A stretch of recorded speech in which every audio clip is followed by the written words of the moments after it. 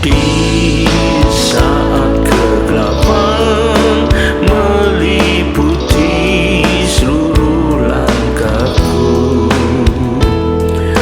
tak tahu lagi arah mana yang harus ku tempuh.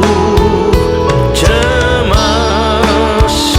dan juga takut telah melanda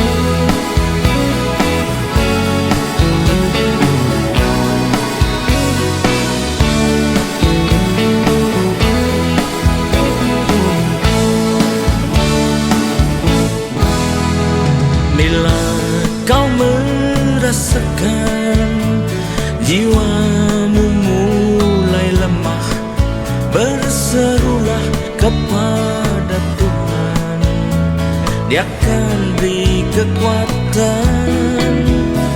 Bila kau merasakan hidupmu semakin susah, berserulah kepada Tuhan, Dia beri pertolongan.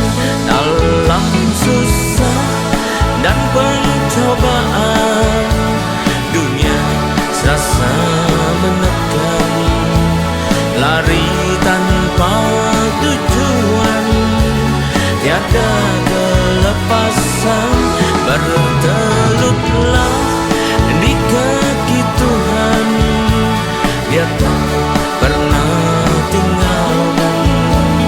Yesuslah yang belakan dan beri kemenangan.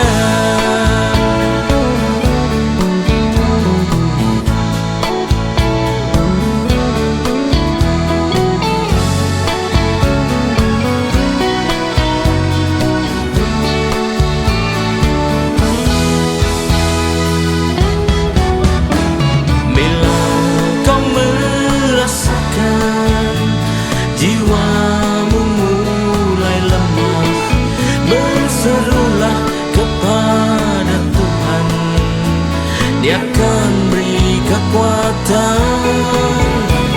Bila kau merasakan hidupmu semakin susah, berserulah kepada Tuhan, Dia beri pertolongan.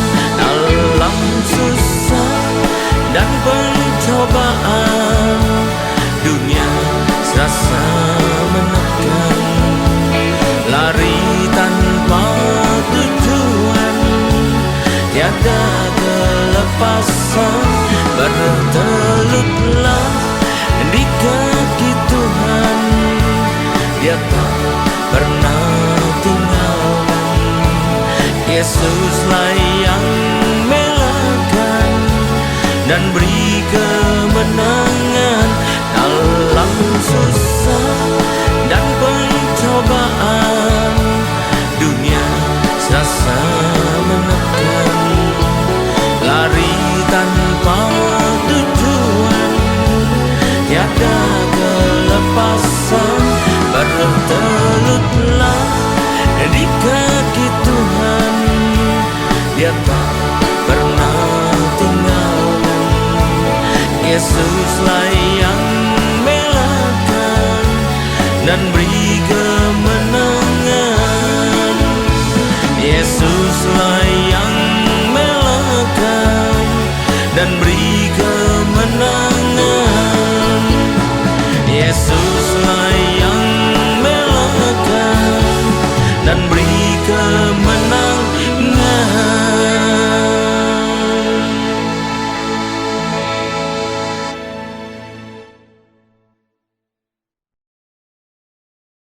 Shalom, selamat berjumpa kembali dengan kasih Tuhan. Kita persiapan diri kita untuk masuk dan terima firman Tuhan. Mari kita berdoa dulu. Terima kasih Tuhan, kami umat-Mu siap menyambut firman-Mu. Urapilah kami semua dan urapilah hamba-Mu yang akan menyampaikan firman ini, agar firman ini tidak kembali dengan sia-sia, tapi boleh tumbuh dalam hidup kami dan menghasilkan buah yang baik dan berlipat ganda, yaitu sampai 30 kali, 60 kali, bahkan 100 kali ganda. Dan berikanlah pada kami Tuhan urapan roh, hikmat dan wahyu daripada-Mu, agar kami semua boleh menangkap dan mengerti isi atau makna firman-Mu ini dengan baik dan benar, yaitu tepat seperti apa yang Engkau maksudkan kepada kami semua. Terima kasih Tuhan, kami siap sambut firman-Mu ini hanya dalam satu nama yang berkuasa, yaitu nama-Mu, Tuhan Yesus Kristus. Haleluya, amin. Sekali lagi salam kasih Tuhan. Mari kita persiapan diri kita untuk menyambut firman Tuhan. Tema dari firman Tuhan kali ini ya, setelah saya pada waktu yang lalu berkhotbah bagaimana cara membangun kesetiaan, cara bagaimana orang bisa berubah setia, bagaimana orang bisa berubah setia. Jadi tema kalau kita singkat berubah setia. Artinya apa itu? Artinya dulunya setia, sekarang lalu menjadi tidak setia lagi. Itulah yang namanya berubah setia, ya. Jadi saya tegaskan lagi, sebelumnya ia termasuk orang yang tergolong setia kepada Tuhan. Tapi karena satu dan lain hal, lalu kemudian berikutnya berubah menjadi tidak setia lagi, ya, bahkan murtad.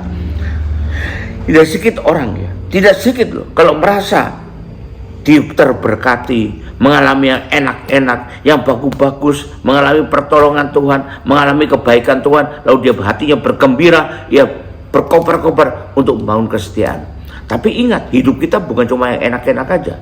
Hidup di dunia ini juga ada banyak masalah dan persoalan. Waktu masalah dan persoalan datang menimpa, dan ia merasa kok belum dapat pertolongan, maka bisa saja ia mulai kecewa sama Tuhan. Lalu berujung pada berubah setia dari Tuhan. Bahkan berubah menjadi menghujat Tuhan atau mundur daripada Tuhan, ya. Nah, ini meninggalkan Tuhan. Jadi ini ada fenomena yang banyak dialami oleh banyak orang. Kalau tidak semua begini, tapi banyak yang seperti ini. Pertamanya berapi-api, tapi akhirnya sepertinya umpamakan sepertinya hangus terbakar api akhirnya, ya. Apa sajalah kita perlu tahu membuat orang itu bisa berubah setia demikian, ya. Faktor pertama, ada karena adanya iri hati dalam dirinya melihat orang-orang dunia. Dia melihat orang dunia kok enak, ya. Orang dunia tidak mengenal Tuhan, tidak setia pada, kok hidupnya enak-enak aja. Saya yang setia pada Tuhan selama ini kok rasanya banyak perjuangan, harus banyak rintangan saya hadapi. Nah, ini bisa membangun kalau matanya tertuju pada orang dunia saja, tidak melihat apa yang disediakan di balik itu semua. Nah, kita baca 1 Korintus 10 ayat 6. Semuanya ini telah terjadi sebagai contoh bagi kita, untuk memperingatkan kita supaya kita jangan menginginkan hal yang jahat yang telah mereka perbuat. Misalnya, mohon maaf saya ambil sebagai contoh, ada orang melakukan kejahatan, nipu orang lain karena belum dilaporkan, belum kebongkar, kayaknya masih enak-enak saja, ya. Wah, jadi kaya dan segala macam. Loh, kok enak dia, nipu kok berkejahatan, kok bisa enak-enak begitu. Nah, nanti satu masa akan ada pembalasannya. Ada orang, waduh, perbuatannya itu tidak pernah ke gereja, wah, cari duit kemana-mana, cari duit pada ilah-ilah lain, cari jimat, wah, jadi kaya raya, wah, enak ya kalau itu. Buat apa saya setia sama Tuhan? Nah, ini pikiran seperti ini, pendapat seperti ini yang merongrong iman setia kita kepada Tuhan. Kita baca lagi, kita Markus, ya, Markus pasal 4 ayat 19. Dari Injil Markus pasal 4 ayat 19. Lalu kekhawatiran dunia ini dan tipu daya kekayaan dan keinginan-keinginan hal yang lain, ini termasuk juga hal duniawi, ya. Kenapa kita inginkan? Karena iri hati melihat orang-orang dunia itu.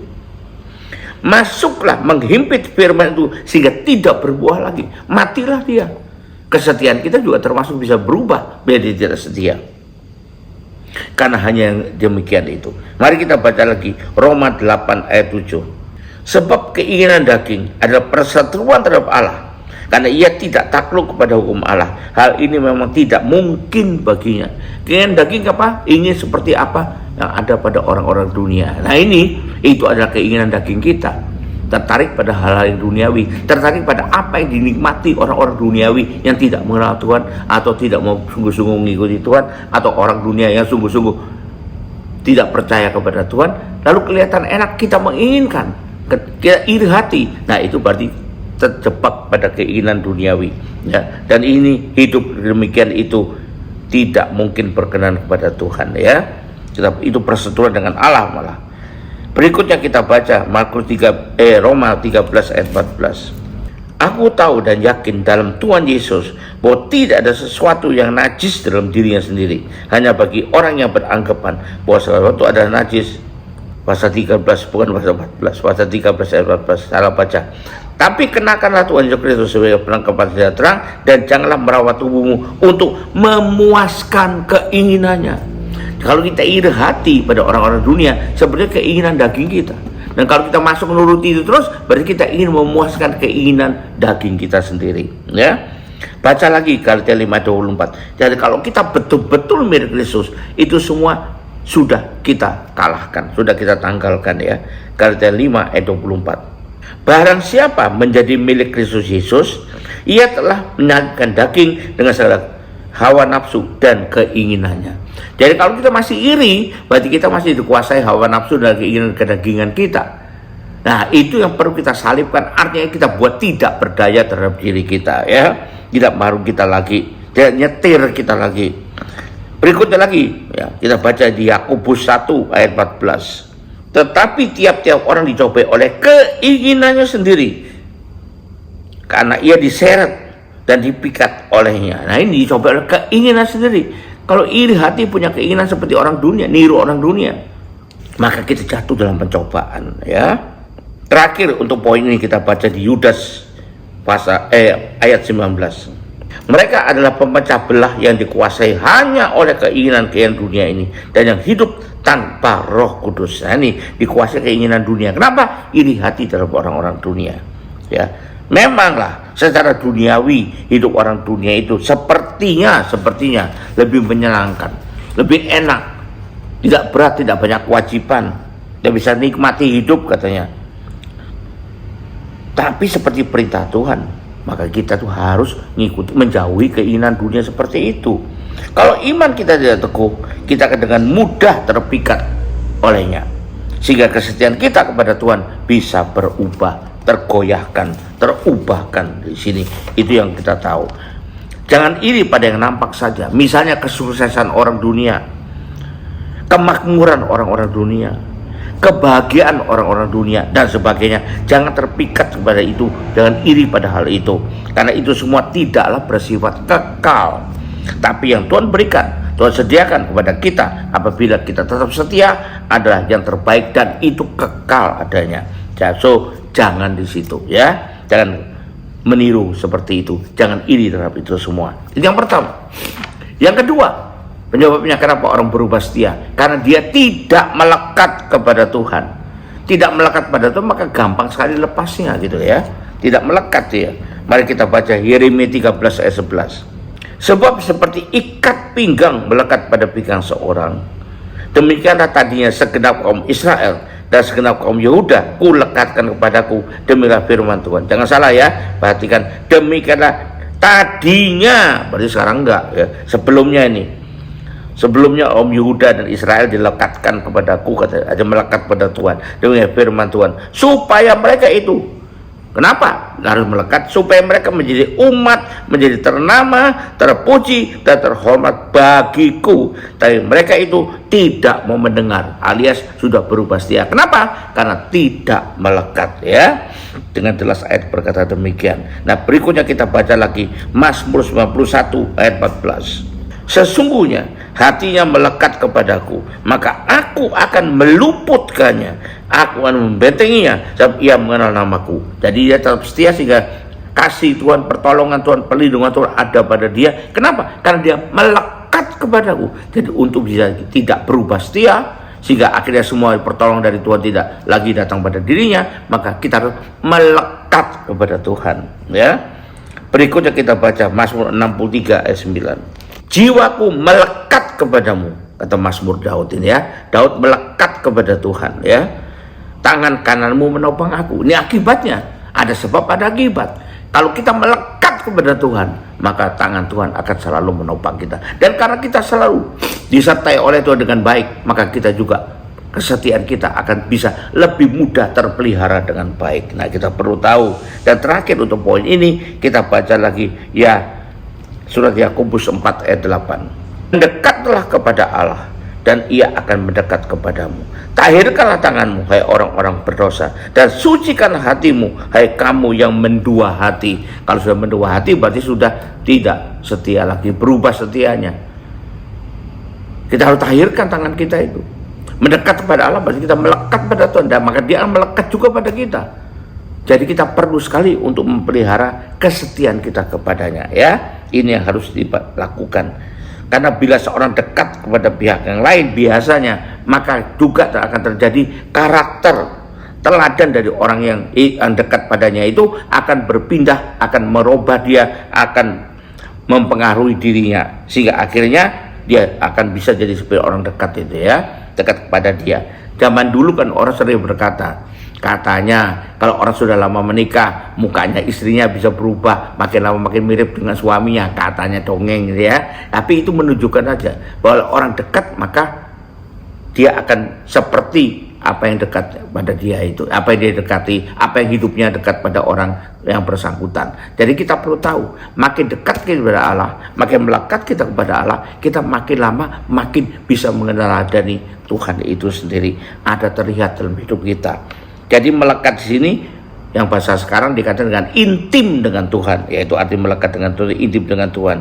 Maka kita tidak akan mudah berpaling daripadanya. Berarti kita tidak akan mudah berubah setia kepadanya. Itu salah satu faktor untuk melihara kesetiaan kita supaya tidak gampang berubah setia. Itu yang kedua. Yang ketiga, karena ternyata dia tidak mengalami kemajuan dalam pelayanan, ya begitu-begitu saja.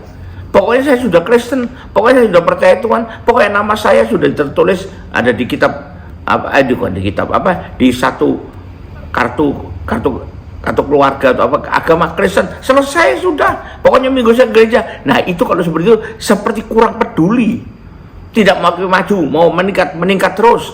Pertama jadi jemaat biasa, lama-lama terlibat dalam pelayanan kepada Tuhan, pelayanan pekerjaan Tuhan. Lama-lama makin dalam. Tapi tidak ada kemajuan dia, ya gitu-gitu aja. 20 tahun jadi orang Kristen, ya cuma ke gereja hari Minggu.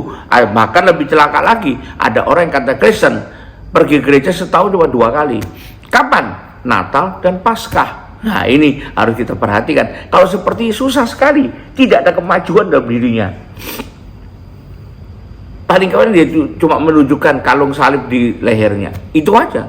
Paling-paling dia tunjukkan KTP ya, agama Kristen katanya. Tapi apakah hidupnya makin dekat sama Tuhan, makin lama makin meningkat, makin lama makin maju? Tidak juga. Karena itu gampang untuk berubah setia. Dia menjadi Kristen yang pasif ya. Cukup katanya kalau nama saya sudah catat di KTP sebagai orang Kristen. Cukup kalau seminggu sekali saya sudah ke gereja. Itu pun datangnya paling akhir, pulangnya paling duluan. Waduh repot ya.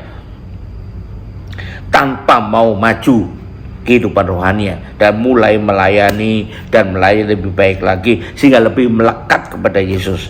Makin lama levelnya makin naik, dia tidak mau. Akhirnya apa? Mudah berubah setianya. Mari kita lihat Ulangan 28 ayat 13. Tuhan akan mengangkat engkau menjadi kepala dan bukan ekor. Engkau akan tetap naik dan bukan turun, berarti maju. Apabila yang penting ini bukan tadi janjinya itu aja. Banyak orang hanya terpusat pada janji itu saja. Aku pasti jadi kepala bukan ekor, karena Tuhan menetapkan aku jadi kepala. Bukan Tuhan menetapkan, Tuhan akan mengangkat engkau jadi kepala ya. Dan Tuhan bukan menetapkan kita untuk terus naik dan tidak turun, tapi Tuhan akan membuat kita naik dan tidak turun jikalau atau apabila engkau mendengarkan perintah Tuhan Allahmu yang kau pada hari ini dan kau lakukan dengan setia.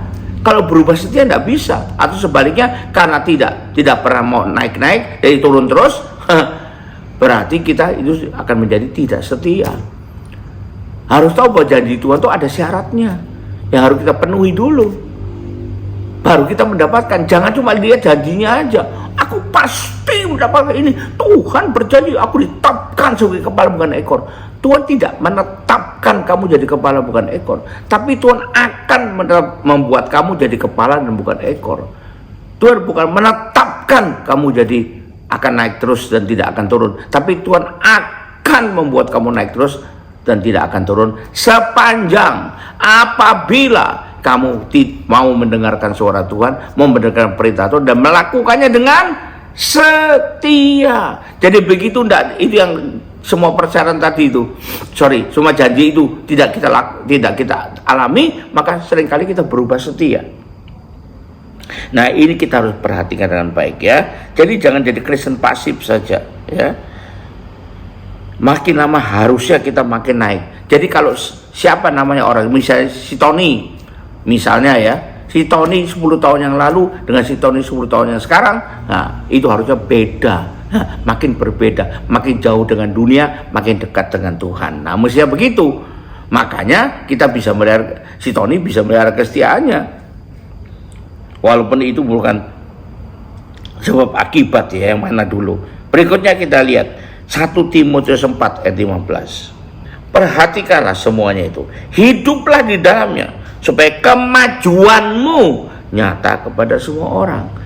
Jadi ini diinginkan dari firman Tuhan, kita maju dalam Tuhan, bukan maju mundur sendiri, bukan, tapi maju dalam kehidupan kita, antara lain maju dalam pelayanan kita, ya. Berikutnya kita baca Efesus 4 ayat 15. Tapi dengan teguh berpegang pada kebenaran dalam kasih kita dalam kasih, dengan teguh berpegang pada kebenaran dalam kasih, kita bertumbuh dalam segala hal. Berarti maju kan ya, ke arah Dia Kristus yang adalah kepala. Nah, ini harus tahu dengan baik kita. Dan berikutnya kita baca lagi Ibrani 6 ayat 7 dan 8. Ibrani 6 ayat 7 dan 8. Sebab tanah yang menghisap air hujan yang sering turun ke atasnya dan yang menghasilkan tumbuh-tumbuhan yang berguna bagi mereka yang mengerjakannya, terima berkat dari Allah. Tanah apa yang berkat dari Allah? Yang bisa menghasilkan orang bertumbuh, ya. Tanaman itu harus tumbuh, gitu. Kita juga harus maju, tidak stuck di tempat begitu-begitu saja. Nah, terakhir untuk poin ini kita baca 2 Petrus 3 ayat 18. 2 Petrus 3 ayat 18. Tetapi bertumbuhlah, disuruh bertumbuh, berarti maju dalam kasih karunia dan dalam pengenalan akan Tuhan Juru Selamat kita Yesus Kristus, baginya kemuliaan sekarang dan sampai selama-lamanya. Supaya kita tidak mudah berubah setia, ya, tidak mudah berubah setia. Yang ketiga, yang keempat sekarang, bagaimana supaya kita tidak berubah setia? Orang berubah setia karena dia biasanya tidak berani dan tidak mau berjuang untuk mengatasi tantangan-tantangan dalam kehidupannya. Maka dia bisa berubah setia. Aduh kok berat, aduh kok gini, aduh kok gitu. Ketika dia menghadapi tantangan dalam kehidupan ini, menghadapi masalah-masalah dalam kehidupan ini, ia mudah menyerah, mudah putus asa.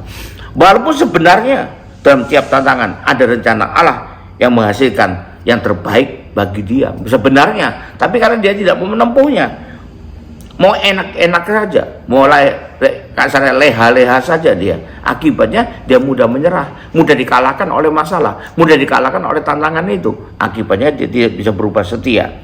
Kata orang, bukan kita dengar, ini kata orang awam lagi, hidup itu adalah perjuangan. Jadi kalau tidak mau berjuang, wah hidup tidak bisa hidup dengan benar kalau gitu ya. Karena itu dalam hidup ini tidak ada yang menerima hasil yang besar, tidak bisa menerima hasil yang besar tanpa perjuangan. Dalam hidup ini tanpa berjuang kita tidak bisa menerima hasil yang besar. Mungkin saja perjuangan yang harus dihadapi itu berat, sukar, bahkan amat berat. Tapi ingatlah, kalau dengan bersama Tuhan bisa kita jalani dengan indah. Haleluya, puji Tuhan. Mari kita baca Sakaria 9 ayat 14-17. Tuhan akan menampakkan diri pada mereka, dan anak panahnya akan melayang keluar seperti kilat, dan Tuhan Allah akan meniup sangkakala dan akan berjalan maju dalam angin badai dari selatan. Berjalan maju dalam angin badai dari selatan. Jadi badai itu tidak bisa menghentikan Tuhan. Mestinya kalau kita ikut Tuhan, kita kan berjalan bersama Tuhan kalau gitu. Berarti badai apapun dalam kehidupan ini tidak bisa menghentikan perjalanan kita, ya. Tuhan semesta alam akan melindungi mereka, dan mereka akan menghabisi dan menginjak-injak pengumban. Mereka akan minum darah seperti minum anggur, dan menjadi penuh seperti pokok penyiraman, seperti penjuru-penjuru mesbah. Tuhan Allah mereka akan menyelamatkan mereka pada hari itu, seperti kawanan domba umatnya itu. Sungguh mereka seperti permata-permata mahkota yang berkilap-kilap. Demikian mereka di tanah Tuhan. Sungguh alangkah baiknya dan alangkah indahnya, terus bertumbuh pesat karena gandum dan anak darah dan karena anggur. Kita perlu tahu itu nasihat dari firman Tuhan, walaupun dalam bahasa yang lebih bersifat simbolik, ya. Tapi kita perlu tahu dengan baik. Jadi apa kesimpulannya? Jadi untuk kita tidak berubah setia, perlu kita perhatikan. Jangan iri melihat orang-orang dunia dan keadaannya yang nampaknya begitu makmur, begitu enak. Yang pertama.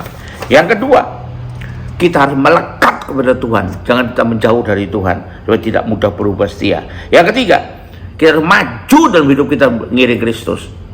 Maju kalau perlu kita terlibat lagi dalam pelayanan. Dulu coba hidup untuk diri sendiri, sekarang kita mulai melayani pekerjaan Tuhan, melayani juga untuk kepentingan orang lain. Yang keempat, kita harus berani maju dan berani berjuang untuk mengatasi setiap tantangan dalam hidup ini. Jadi untuk itu kita bisa mencegah kita untuk jatuh dalam keadaan berubah setia kepada Tuhan. Haleluya, puji Tuhan. Mari kita akhiri ibadah ini dengan terima berkat dari Tuhan. Angkatlah kedua tanganmu, kembalilah ke aktivitas masing-masing dengan berkat terbaik dari Allah Bapa di sorga, dengan kasih karunia dan damai sejahtera dari Tuhan kita Yesus Kristus, juga dengan persekutuan, pertolongan, penghiburan, kekuatan dan terutama urapan yang penuh dari Roh Kudus yang menyertai kita mulai saat ini sampai sepanjang tahun ini sampai Maranatha, bahkan sampai selama-lamanya. Yang percaya dua tiba berkat Tuhan ini sama katakan amin. Terus berkati, sampai jumpa, haleluya.